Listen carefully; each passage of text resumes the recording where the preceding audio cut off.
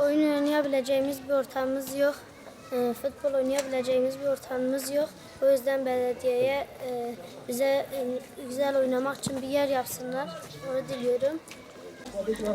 Ben hakkıyla belediye başkanlığını yapan, yolları güzelleştiren, etrafı, çevreyi temiz tutan bir belediye başkanı istiyorum. Belediye başkanının inançlı, içten muşa temizlik yapabileceği kişi istiyorum.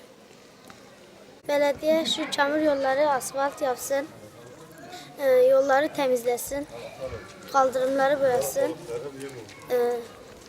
yol kenarındaki su birikintilerini gidersin.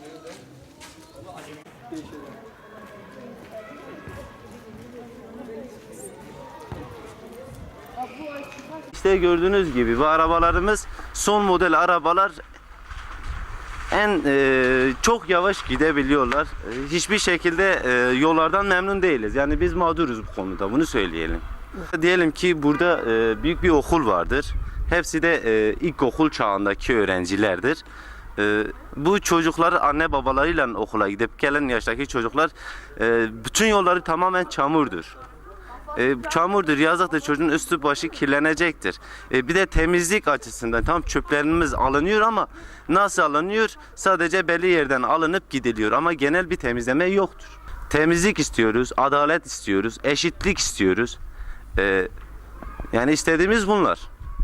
Özellikle seçimin halkımıza hayırlı olmasını, kimse zarar görmeden, halkın hiçbir bireyi rahatsız olmadan bu seçimin sonuçlanmasını öncelikle görüşümüzdür. İstediğimiz budur. İkinci düşüncemiz adalet. Asıl adaletin Türkiye'nin her yerine yerleşmesi. Yani bir bölgesine değil, diğer ülkesine değil, genelleme her yerine yerleşmesidir. Bugün İstanbul'da yapılan gelişmeler Muş'umuzda da olmasını istiyoruz. Muş'umuzda olmasını istediğimiz çok büyük maliyet isteyen programlar da değildir. Yani bu büyük maliyet isteyen programlar dediğimiz İstanbul'da bir Marmara yapılıyor. Ondan sonra şunu söyleyeyim. Ne bileyim, büyük pistler yapılıyor. Denizaltılar yapılıyor. Köprüler yapılıyor.